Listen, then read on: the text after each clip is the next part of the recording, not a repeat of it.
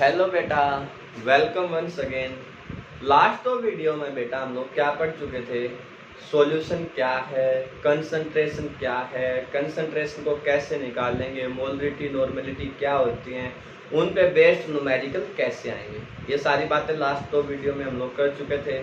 I hope कि आपने maximum जो न्यूमेरिकल्स हैं वो किए होंगे। फिर भी अगर आप लोगों की कोई प्रॉब्लम बची हो बेटा तो आप लोग हमसे कमेंट करके पूछ सकते हैं, हम लोग आपका जरूर उससे रिलेटेड जो भी न्यूमेरिकल आपके बचे हुए हैं बेटा वो न्यूमेरिकल आपके पक्का हम लोग जो है करवा देंगे। बात समझ में आ गई?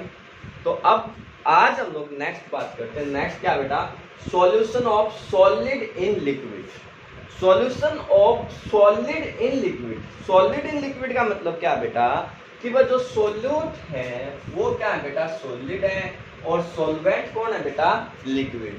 मीन्स जब सॉल्यूट के अंदर हम लोग क्या करते हैं, सॉलिड सॉल्यूट के अंदर लिक्विड सॉल्वेंट को डिजोल्व करते हैं ना बेटा, तो जो हमारे पास बनेगा वो क्या है, solution of solid in liquid. इसको समझने के लिए क्या करते हैं बेटा, सपोज कर लेते हैं अपने पास ये कोई भी एक बीकर है, ठीक है, ये कोई भी क्या है, एक बीकर है, और उसके अंदर क्या बेटा, वाटर आपके पास प्रेजेंट है। इस तरह से क्या है, वाटर प्रेजेंट है, कोई भी लिक्विड प्रेजेंट है जरूरी। ये क्या है, कोई भी लिक्विड है। अब इसके अंदर हम लोगों ने क्या करना है बेटा, सॉलिड डिजोल्व करना है। इसके अंदर क्या करना है बेटा, सॉलिड डिजोल्व करना है। अब सॉलिड डिजोल्व करेंगे तो मान लीजिए बेटा ये हमारे पास सॉलिड आ गया इसके अंदर। अब सॉलिड अगर इसके अंदर डायरेक्ट आ रहा है, सॉलिड इसके अंदर डिजोल्व हो रहा है, तो that known as the dissolution. इसको क्या बोलते हैं बेटा अपन, डिसोल्यूशन। लिक्विड के अंदर सॉलिड को डायरेक्टली डिजोल्व करना वो क्या कहलाता है बेटा, डिसोल्यूशन। लेकिन आपके पास क्या आएगा, एक ऐसी लिमिट आएगी बेटा जिसके बाद फर्दर जो सॉलिड है वो डिजोल्व होना बंद हो जाएंगे। और जब मीन्स डिजोल्व बंद होने का मतलब क्या है कि उसका इक्विलिब्रियम आ जाएगा बेटा। डिजोल्व बंद होने का मतलब क्या, मैंने बता देना, प्लस वन में बंद कभी नहीं होते हैं, सिर्फ जो पहले डिजोल्व हुए थे वो क्रिस्टल वापस बन जाते हैं, तो डिजोल्व कभी नहीं होते हैं, डिजोल्व होना बंद कभी नहीं होते हैं, ठीक है। तो अब क्या होगा बेटा, वो डिजोल्यूशन जब ये इसके अंदर मैक्सिमम अमाउंट्स में आ जाएगा इस तरह से, तो आपके पास एक अदर कंडीशंस आ जाएगी बेटा जिसको हम लोग क्या बोलते हैं, सैचुरेशन। क्या बोलते हैं बेटा, सैचुरेशन। बात समझ में आ गई? मतलब कहने का क्या है कि जो सॉलिड सॉल्यूट आपके पास थे, सॉलिड प्लस लिक्विड, आपके पास क्या आ गया, इक्विलिब्रियम, सॉलिड इन लिक्विड, या सॉल्यूशन लिख सकते हैं इसको। तो जब सॉलिड क्या है यहाँ पे, सॉल्यूट, और लिक्विड क्या है बेटा, सॉल्वेंट, और ये आपके पास क्या, सॉल्यूशन। ये बात समझ गए? और ये कहाँ पे पढ़ रहे हैं अपन, इक्विलिब्रियम्स के ऊपर पढ़ कहाँ रहे हैं, इक्विलिब्रियम्स के ऊपर। तो वहां पे हमारे पास क्या जाता है बेटा, सैचुरेशन। मतलब सैचुरेशन तक हमारे पास क्या हो सकता है, इसके अंदर maximum amount of solid dissolve हो सकते हैं।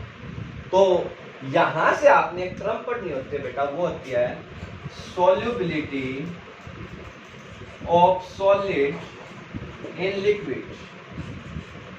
Solubility of solid in liquid. Solubility of solid in liquid का मतलब क्या बेटा, आप लोग कहेंगे भाई ये जो लिक्विड हमने लिया था इसको फिक्स कर दिया 100 ग्राम। 100 ग्राम ऑफ लिक्विड के अंदर क्या है बेटा, 100 ग्राम ऑफ लिक्विड के अंदर जो भी मैक्सिमम अमाउंट ऑफ सॉलिड, क्या कहेंगे बेटा, जो भी maximum amount of solid dissolve होगा, जो भी maximum amount of solid dissolve होगा किसमें, 100 ग्राम ऑफ लिक्विड के अंदर बेटा, वो आपके पास क्या है, सॉल्युबिलिटी। कहाँ कब तक डिजोल्व होगा, सैचुरेटेड सॉल्यूशन बनने तक। जो भी maximum amount of solid dissolve होगा इन 100 gram of liquid till the saturated solution is form, तो उसको हम लोग क्या बोलते हैं बेटा, solubility of the solid in liquid। बात समझ में आई? solubility of the solid in liquid का मतलब क्या है, 100 ग्राम ऑफ लिक्विड के अंदर जो भी maximum amount of solid dissolve होंगे ताकि सैचुरेटेड सॉल्यूशन आपके पास फॉर्म हो सके बेटा, तो उसको हम लोग क्या बोलते हैं, solubility of the solid in liquid बोलते हैं। बात समझ में आई? पक्का। इसके बाद अगर बात की जाए कि वो फैक्टर्स कौन से हैं जिनके ऊपर सॉल्युबिलिटी डिपेंड करेगी, वो फैक्टर्स आपके पास क्या होंगे जिनके ऊपर सॉल्युबिलिटी डिपेंड करेगी। तो सॉल्युबिलिटी बेटा जनरली हमारे पास दो फैक्टर के ऊपर डिपेंड करती है। एक आपके पास होता है nature of solute, nature of solute and solvent, और दूसरा किस पे डिपेंड करती है बेटा? टेम्परेचर। जो सॉल्युबिलिटी है वह दो फैक्टर्स के ऊपर डिपेंड करती है बेटा। फर्स्ट है nature of solute and solvent, और दूसरा क्या है बेटा? टेम्परेचर। सबसे पहले जो nature of solute and solvent है उसके ऊपर कैसे डिपेंड करती है, अगर हम लोग इस बात को समझे कि जो nature of solute and solvent है उनके ऊपर कैसे डिपेंड करेगी, nature of solute and solvent पे कैसे डिपेंड करेगी। तो देखो बेटा हम लोग हमेशा आपको एक कहावत बताते हैं, वो होती है लाइक डिजोल्व लाइक। कहावत क्या होती है बेटा? Like dissolve like. जो जैसा है वो वैसे में ही क्या होगा बेटा? घुलेगा। ये बात सबको पता है। मीन्स कहने का क्या है कि अगर हमारे पास क्या पोलर सोलवेंट है, अगर हमारे पास क्या बेटा पोलर सोलवेंट है, तो वो पोलर सोल्यूट को ही अपने अंदर डिजोल्व करेगा। पोलर सोलवेंट के अंदर क्या होगा बेटा? पोलर सोल्यूट ही डिजोल्व होगा। और नॉन पोलर सोलवेंट अगर आपके पास है, या नॉन पोलर, आप ऐसे भी बोल सकते हैं कि अगर आपके पास नॉन पोलर सोल्यूट है तो वो non polar solute generally non polar solvent के अंदर ही डिजोल्व होगा। नॉन पोलर सोलवेंट के अंदर ही क्या होगा बेटा? वो डिजोल्व होगा। समझ में आई बात? जैसे मान लीजिए आपसे कहा जाता है NaCl है बेटा, तो NaCl जो है वो वाटर के अंदर आसानी से डिजोल्व हो जाएगा। क्यों? क्योंकि NaCl क्या है? एक नॉन पोलर सोलवेंट आपके जो पोलर सोल्यूट आपके पास है, और वाटर पोलर सोलवेंट होता है। आपसे कहा जाए कि आयोडीन है, तो वो आयोडीन वाटर के कंपैरेटिवली बेंजीन में जो है या कार्बन टेट्राक्लोराइड में उसमें आसानी से डिजोल्व हो जाएगा। क्यों? क्योंकि आयोडीन आपके पास क्या है बेटा? नॉन पोलर सोलवेंट है। बात समझ में आई? लाइक डिजोल्व लाइक का मतलब क्या है? लाइक डिजोल्व लाइक का मतलब है पोलर सोल्यूट अगर आपके पास है तो उसमें क्या होगा बेटा? पोलर सोलवेंट के अंदर वो डिजोल्व होंगे, और नॉन पोलर सोल्यूट अगर आपके पास है तो वो नॉन पोलर सोलवेंट के अंदर डिजोल्व होंगे। किस तरह से होंगे? बात समझ गए? ये भी आप लोग याद रख सकते हैं कि अगर जैसे NaCl है तो ये लगभग 5.53 मोल ऑफ जो है NaCl डिजोल्व हो सकते हैं 100 ग्राम ऑफ वाटर के अंदर, और जो शुगर है वो लगभग 3.2 मोल आपके पास क्या हो सकते हैं? डिजोल्व हो सकते हैं ऑफ जो है मोल ऑफ जो शुगर, वो डिजोल्व हो सकते हैं बेटा 100 ग्राम ऑफ वाटर के अंदर। तो इसलिए जो सॉल्युबिलिटी है वो डायरेक्टली किसका नेचर होगी बेटा? शुगर और NaCl चेंज होते जो क्वांटिटी थी वो क्या होगी बेटा? चेंज होगी। तो इसलिए हम लोग क्या कहेंगे, जो सॉल्युबिलिटी है वह सॉल्युबिलिटी डायरेक्टली किसका फंक्शन होगी? वो सॉल्युबिलिटी क्या है? इज द डायरेक्टली जो है फंक्शन है बेटा किसका? नेचर का। Nature of solute and solvent जो आपके पास है वो nature of solute and solvent का क्या होता है? डायरेक्टली जो है उसी का एक नेचर आपके पास। तो अगर वो आपसे पूछे कि जो आयनिक सॉलिड होते हैं ना बेटा, अगर वो आयनिक सॉलिड वाटर के अंदर कैसे डिजोल्व होते हैं या पोलर सॉल्वेंट के अंदर कैसे डिजोल्व होते हैं, अगर हम लोग इसको देखें, इसको देखना है बेटा अपन है आयनिक सॉलिड के अंदर। अब देखो जैसे मान लीजिए बेटा आपके पास क्या NaCl है, मान लीजिए आपके पास क्या बेटा NaCl है, उसमें सोडियम पॉजिटिव है और क्लोरीन क्या बेटा नेगेटिव है। सोडियम क्या है पॉजिटिव और क्लोरीन आपके पास क्या होता है बेटा नेगेटिव। इट मींस ये कैटायन है और ये आपके पास क्या बेटा एनायन है। ये बात समझ गए। अब कैटायन में आपके पास क्या आएगा बेटा, अब देखो मान लीजिए आपके पास क्या वाटर सोलवेंट है। सोलवेंट कौन है बेटा वाटर। अब अगर वाटर सोलवेंट है बेटा तो उसमें क्या आएगा OH, वाटर का स्ट्रक्चर ये होता है। इसमें क्या होता है, हाइड्रोजन के ऊपर पार्शली पॉजिटिव, ऑक्सीजन के ऊपर पार्शली नेगेटिव, इसके ऊपर पार्शली नेगेटिव आ जाएगा। तो इसका मतलब क्या होगा कि जो भी आपके पास पॉजिटिव है, इस पॉजिटिव के ऊपर ये नेगेटिव क्या करेंगे, अटैक करेंगे। इस पॉजिटिव के ऊपर क्या करेंगे बेटा, जो ये नेगेटिव है, ये नेगेटिव के बीच में क्या होगा, इंटरेक्शन होगा, इलेक्ट्रोस्टैटिक अट्रैक्शन हम लोग जो इसको बोल सकते हैं। तो आपके पास क्या आएगा बेटा, जो भी ये इलेक्ट्रोस्टैटिक अट्रैक्शन है, इस तरह से आप लोग इसको रिप्रेजेंट करेंगे OH। तो इसका पार्शली नेगेटिव आपके पास आ गया OHH, इस पे पार्शली नेगेटिव आ गया OHH, इसके ऊपर पार्शली नेगेटिव आ गया। तो इस तरह से ये क्या है, अलग अलग तरीके से आपके पास क्या होंगे बेटा, पार्शली नेगेटिव आएंगे और इनके बीच में क्या आएगा, आयनिक अट्रैक्शन आपके पास आ जाएगा। इस तरह से आपके पास क्या आ जाएगा बेटा, आयनिक अट्रैक्शन आपके पास आ जाएगा। दूसरा, अगर ये क्लोरीन आयन थे, एनायन आपके पास थे, तो एनायन की चारों तरफ कौन आएंगे, जो भी पॉजिटिव आयंस होते हैं। कौन होते हैं बेटा, जो भी आपके पास पॉजिटिव आयन होते हैं। पॉजिटिव आयन कौन है यहाँ पे, H आयन। तो ये chlorine is surrounded by H atoms like that. इसके चारों, ये जो नेगेटिव है वो इससे दूर चला जाएगा और जो पॉजिटिव चार्ज है वो इस द्वारा क्या किया जाएगा, अट्रैक्ट किया जाएगा बेटा, और वो कुछ इस तरह से इसके चारों तरफ जो है आयनिक अट्रैक्शंस क्रिएट कर लेता है वाटर मॉलिक्यूल्स। ये पार्शली पॉजिटिव आए थे, ये इसके सामने आ गए, इनके बीच में अट्रैक्शंस आपके पास होगा।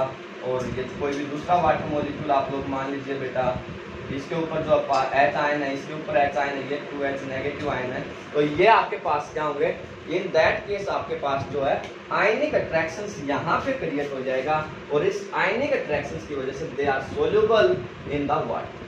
बात समझ में आई बेटा कि जो पोलर सॉल्वेंट मॉलिक्यूल होते हैं, पोलर सॉल्वेंट मॉलिक्यूल के अंदर पोलर सॉल्यूट क्यों घुलते हैं, क्योंकि जो पोलर सॉल्यूट है बेटा वो क्या है, कैटायन या एनायन की फॉर्म में है। और वो कैटायन या एनायन कि जो भी वाटर मॉलिक्यूल्स हैं, जो पोलर सॉल्वेंट है, उनके ऊपर पॉजिटिव एंड नेगेटिव चार्ज है, तो वो positive and negative charge surrounded हो जाएगा बेटा किसके, कैटायन या एनायंस की फॉर्म में।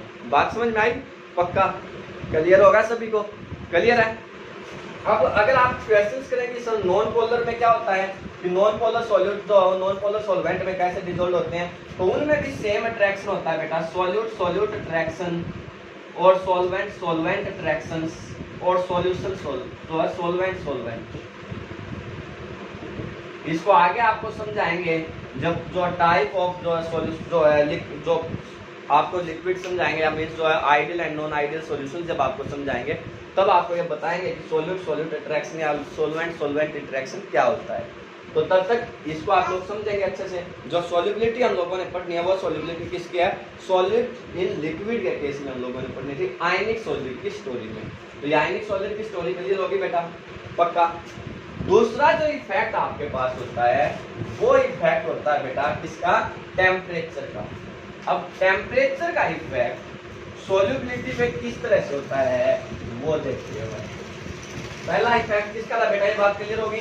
पहला इफेक्ट था आपके पास nature of solute and solvent. दूसरा इफेक्ट जो आपके पास है बेटा वो है टेम्परेचर। अब टेम्परेचर के इफेक्ट में क्या होता है बेटा, कुछ सॉलिड ऐसे होते हैं जिनकी सॉल्युबिलिटी क्या करती है, इंक्रीज करती है। सॉल्युबिलिटी क्या करती है बेटा, इंक्रीज करती है विद इंक्रीज इन टेम्परेचर। कुछ ऐसे होते हैं जिनकी सॉल्युबिलिटी क्या करती है, डिक्रीज करती है। जो सॉल्युबिलिटी है बेटा वो क्या करती है, decrease with increase in the temperature. और कुछ ऐसे होते हैं जिनकी सॉल्युबिलिटी क्या होती है, does not change with the temperature.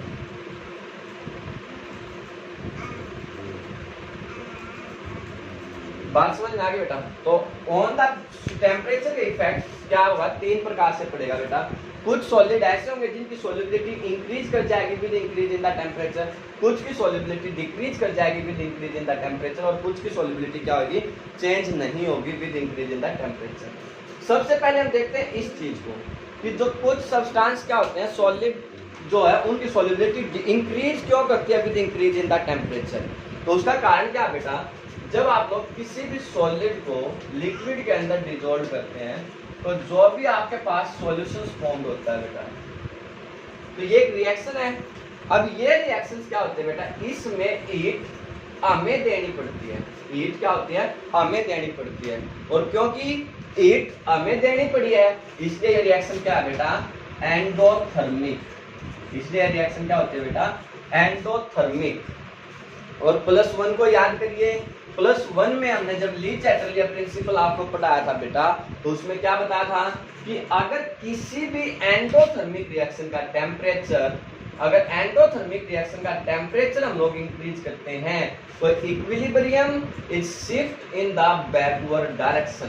क्या होता है बेटा, अगर हम किसी भी एंडोथर्मिक रिएक्शन का टेम्परेचर इंक्रीज करेंगे तो equilibrium shift in the backward forward direction. Equilibrium is shift in the forward direction. किसमें शिफ्ट होता है बेटा, फॉरवर्ड डायरेक्शंस में।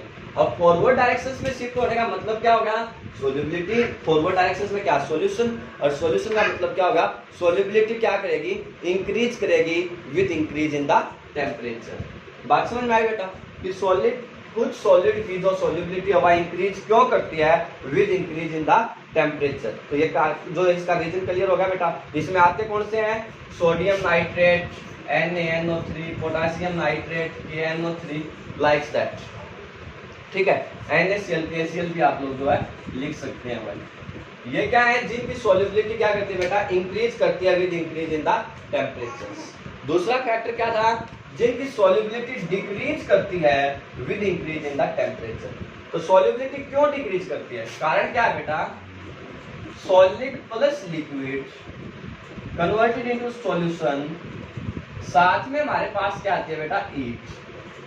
और अगर हमें हीट मिल रही है, हीट हम लोग यहाँ पे लिख रहे हैं, तो इसका मतलब क्या, हीट हमें मिल रही है, और हीट हमें मिले तो उसको क्या बोलते हैं बेटा, एक्सोथर्मिक रिएक्शन। उसको क्या बोलते हैं बेटा, एक्सोथर्मिक रिएक्शन। ये बात समझ में आई। और अगर रिएक्शन एक्सोथर्मिक आपके पास है तो ली चैटरलियर क्या कहता है बेटा, दोबारा से, कि अगर आप किसी भी एक्सोथर्मिक रिएक्शन का टेम्परेचर इंक्रीज करेंगे तो equilibrium is shift in the backward direction. Equilibrium is shift in the backward direction. Exothermic reactions में अगर हम लोग जो टेम्परेचर इंक्रीज करेंगे तो equilibrium is shift in the backward direction. That's why the solubility is decrease with increase in the temperatures. बात समझ में आ गई बेटा। तीसरा जो हमारे पास फैक्टर्स होता है वो होता है solubility does not change with the temperature. कुछ चीजें हमारे पास क्या होती हैं, एक्वस सॉल्यूशंस की फॉर्म में। कुछ चीजें क्या होती हैं बेटा अपने पास में, एक्वस हाइड्रेटेड सॉल्यूशंस होते हैं। जैसे आप लोगों ने सुना होगा Na2SO4 10H2O लाइक दैट, या CaCO3 6H2O लाइक दैट। तो ये जो सब्सटेंस है ये कौन से हैं बेटा, जिनमें खुद वाटर मॉलिक्यूल्स प्रेजेंट है। जिनमें क्या होता है बेटा, खुद वाटर मॉलिक्यूल प्रेजेंट होता है। अगर आप लोग क्या करते हैं, इनका टेम्परेचर इंक्रीज करते हैं, जैसे मान लीजिए आपके पास Na2SO4 10H2O था बेटा, आपने इसका टेम्परेचर इंक्रीज किया तो ये क्या होगा, इस वाले कंडीशंस को डिकम्पोज कर देगा बेटा। तो ये कन्वर्ट किसमें हो जाएगा, Na2SO4 प्लस 10H2O में। ये वाटर मॉलिक्यूल क्या हो गए, अलग हो गए, जबकि मॉलिक्यूल्स जो था वो सेम है। तो इसलिए क्या हुआ, जो सोल्युबिलिटी थी उस सोल्युबिलिटी का इफेक्ट इसके ऊपर नहीं पड़ा। बात समझ में आई। दूसरा यहाँ से ये याद रखना है बेटा, ये डिकम्पोज होगा तो इसका मतलब इसकी जो स्टेट चेंज होगी। ये क्या है, स्टेट चेंज आपके पास है। अगर स्टेट चेंज आपके पास हो रही है बेटा तो उसका मतलब है कि ये डायरेक्टली एक टेम्परेचर का फंक्शन है। इसको याद रखिए बेटा कि अगर टेम्परेचर आपके पास ग्रेटर देन 32 डिग्री सेल्सियस है तो वो फॉरवर्ड डायरेक्शन में जाएगा, और लेस देन अगर 32 डिग्री सेल्सियस है तो ये बैकवर्ड डायरेक्शन में जाएगा। तो ये टेम्परेचर जिसके ऊपर ये स्टेट क्या होती है बेटा, चेंज होती है। जो भी ये टेम्परेचर है जिसके ऊपर ये स्टेट चेंज होती है ना बेटा, उसको हम लोग बोलते हैं ट्रांजिशन टेम्परेचर। क्या बोलते हैं बेटा, ट्रांजिशन टेम्परेचर। आई बात समझ में बेटा। तो ये बात क्लियर होगी, क्या क्या पता चल गया, टेम्परेचर का इफेक्ट क्या पड़ेगा, ये बात सबको समझ में आ गई। टेम्परेचर का इफेक्ट है, सोल्युबिलिटी इंक्रीज भी कर सकते हैं with increase in the temperature, decrease भी कर सकती है और सेम भी रह सकते हैं with increase in the temperature. अब जो ये स्टोरी है, इस स्टोरी को हम लोग ग्राफिकली भी एक्सप्लेन कर सकते हैं बेटा। इसी चीज को हम लोग ग्राफ की सहायता से भी एक्सप्लेन कर सकते हैं। अगर हम लोग एक ग्राफ ड्रा करते हैं, इसके बीच में सॉल्युबिलिटी एंड जो है टेम्परेचर के बीच में क्या करते हैं बेटा, अगर हम लोग एक ग्राफ ड्रा करेंगे सॉल्युबिलिटी एंड टेम्परेचर के बीच में, तो वो ग्राफ हमारे पास कैसे आएगा, कुछ केस में ये इस तरह से लगातार इंक्रीज कर जाएगा बेटा। ठीक है, जैसे मान लीजिए आपके पास NaNO3 था, ये KNO3 था, जिनकी सॉल्युबिलिटी क्या करती है, इंक्रीज करती है with increase in the temperatures. कुछ ऐसे भी कंपाउंड है जिनकी सॉल्युबिलिटी डिक्रीज करती है with increase in the temperature, तो उनके केस में करो कुछ इस तरह से आ जाएगी बेटा। कुछ सब्सटेंस ऐसे होते हैं जिनकी सॉल्युबिलिटी ऑलमोस्ट सेम सी रहती है, does not change with the temperatures. बात करिए, तो अब इस कर्व को देखें बेटा, ये क्या है, लगातार इफेक्ट को शो कर रही है, या तो लगातार इंक्रीज कर रही है, लगातार सेम है, या इस तरह से। तो इसको क्या बोलते हैं आप, कंटिन्यूअस। ये क्या बेटा, कंटिन्यूअस। ये क्या है, कंटिन्यूअस जो है सॉल्युबिलिटी कर्व।